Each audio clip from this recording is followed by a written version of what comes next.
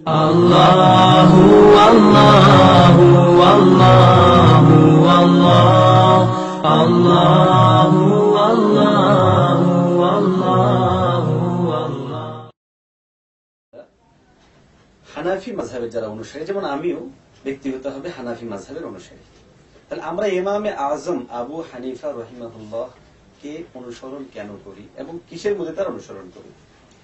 আমরা ইমামে আজম আবু হানিফা রাহিমাহুল্লাহকে অনুসরণ করি এক নাম্বার কারণ, তিনার ব্যাপারে সবচেয়ে বড় বিষয় হলো রাসূলুল্লাহ সাল্লাল্লাহু আলাইহি ওয়াসাল্লাম যে ঘোষণা দিয়েছেন, খায়রুল কুরুনি কারনি সুম্মা আল্লাযীনা ইয়ালুনাহুম সুম্মা আল্লাযীনা ইয়ালুনাহুম, যে সর্বশ্রেষ্ঠ যুগ হলো আমার যুগ, এর পরবর্তী সময়ে এটার সাথে যুক্ত যেটা ওটা, তারপরে ওইটার সাথে যুক্ত যেটা ওইটা, অর্থাৎ আমার যুগ, সাহাবীদের যুগ, তাবেঈদের যুগ।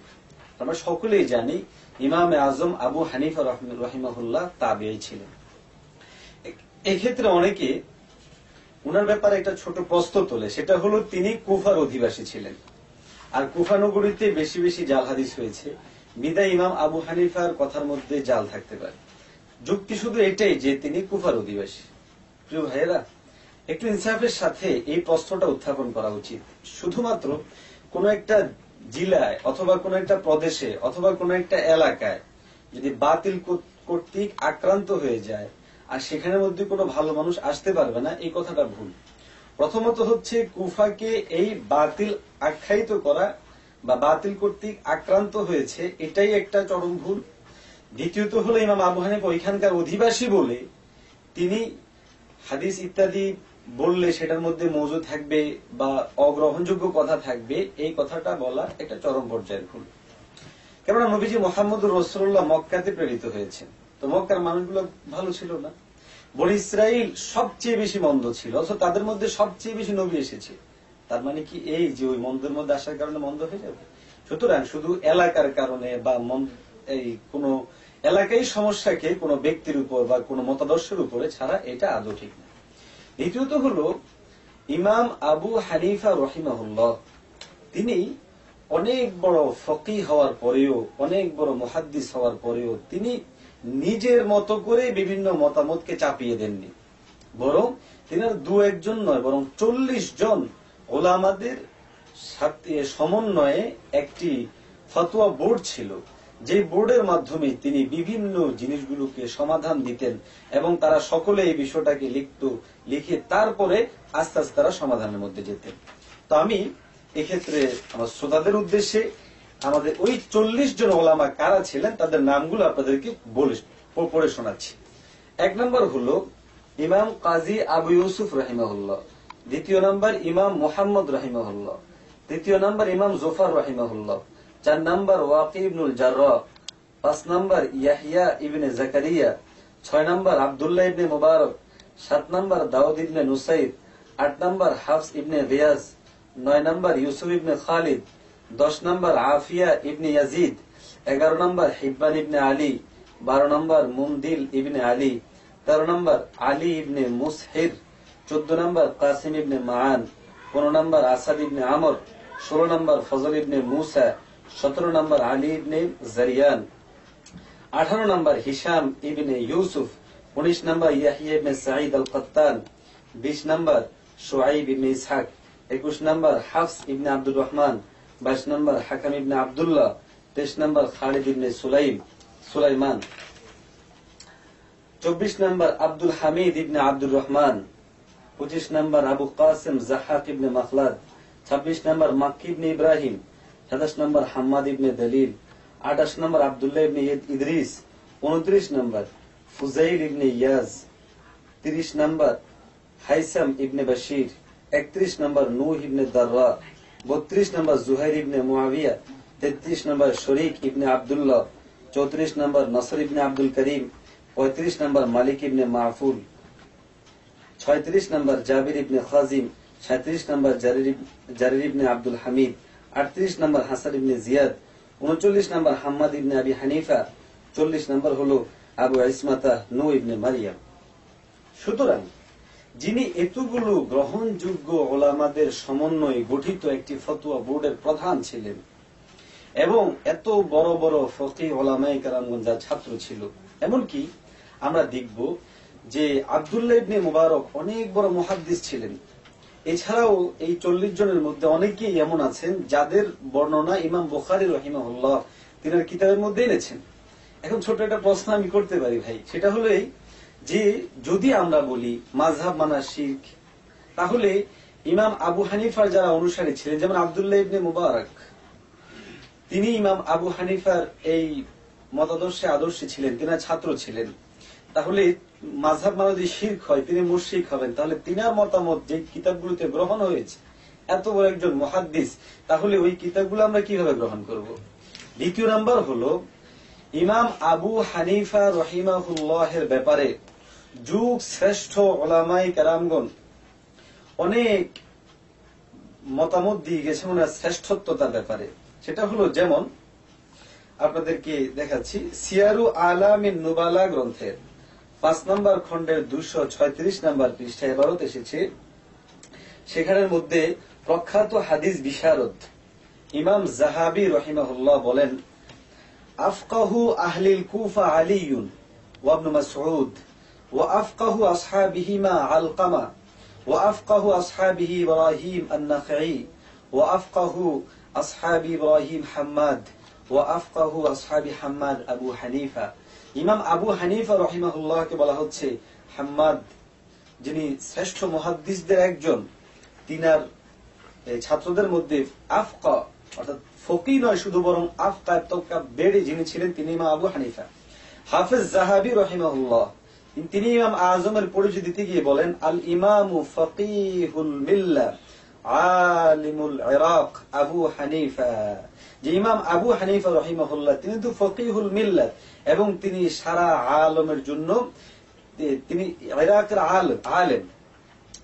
সুতরাং এছাড়াও ইমাম আবু হানিফা রহিমাহুল্লাহের ব্যাপারে ইমাম মালিক রহমতুল্লাহ আলাইহি কত সুন্দর মন্তব্য করেছেন, অথচ তিনি কত বড় মুহাদ্দিস ছিলেন। তিনি বলেন, হাযা রাজুলুন লাউ আরাদা আন ইউকিমা আদ-দালিল আলা আন্না হাযিহি আস-সারিয়াতা মিন যাহাবিন লাস্তাতাআ।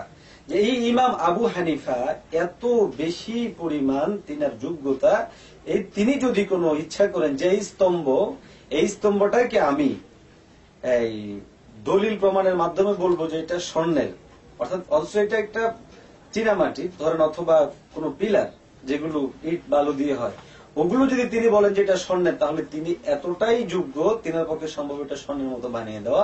এটি ইমাম মালিক রহিমাহুল্লাহের মতামত। এছাড়া ইমাম শাফি রহিমাহুল্লাহ তার ব্যাপারে মন্তব্য করেন, মা লাকিতু আহাদান আফকাহু মিন আবি হানিফা। আমি আবু হানিফার মতো এত বড় ফকিহ ব্যক্তিত্বের আর কোনদিন সাক্ষাৎ পাইনি। ইমাম শাফি রহিমাহুল্লাহ তিনি আরো বলেন, না ইমাম শাফির শাইখ সে কথাটা বলেছেন, মা লাকিতু আহাদান আফকা মিন আবি হানিফা। আমি আবু হানিফার চেয়ে বড় এত বড় আফকা ফকিহ আর পাইনি। আর ইমাম শাফি কি মন্তব্য করেন, মান আরাদা ইয়ারিফাল ফাকিহা ফালিয়ালজাম আবা হানিফা ওয়া আসহাবা। ইমাম আবু হানিফ যদি কেউ ফিকহকে দেখতে চায়, ফকিহ দেখতে চায়, তাহলে যেন আবু হানিফাকে দেখে এবং তার ছাত্রদেরকে দেখে। কেননা সকল মানুষ ফিকহ বিষয়ে আবু হানিফা রহিমাহুল্লাহর কাছে সীমাবদ্ধ, দায়বদ্ধ থাকবে।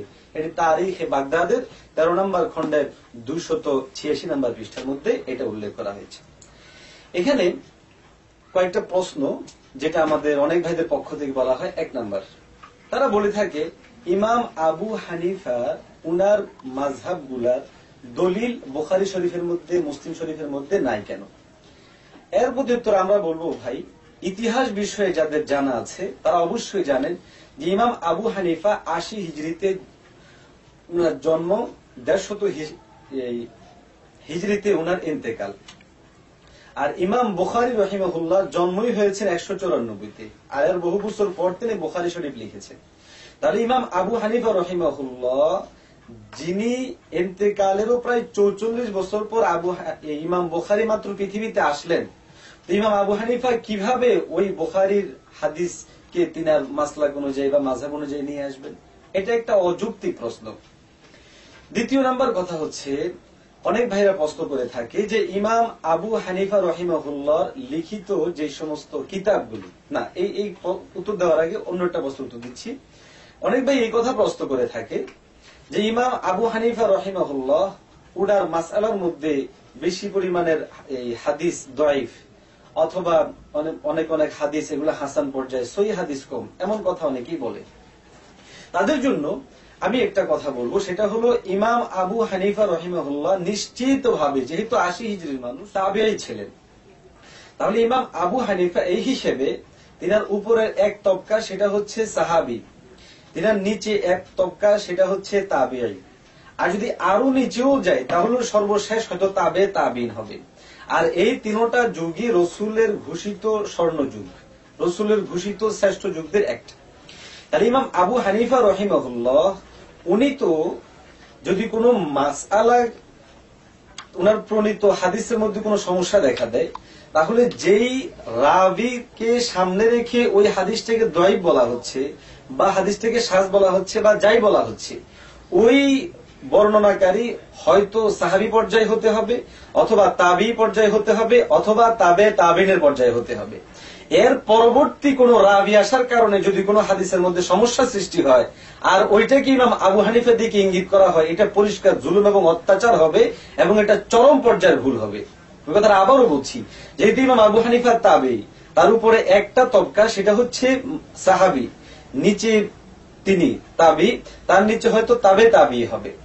তাহলে ইমাম আবু হানিফা রহিমাহুল্লাহর কোন মাসআলার ক্ষেত্রে হাদিস যেটা নকল করেছেন, ওই হাদিসের কোন একটা সমস্যা যদি দেখাতে হয়, হয় সাহাবীর মধ্যে দেখাতে হবে, অথবা তাবিতে দেখাতে হবে, অথবা তাবেঈনেতে দেখাতে হবে।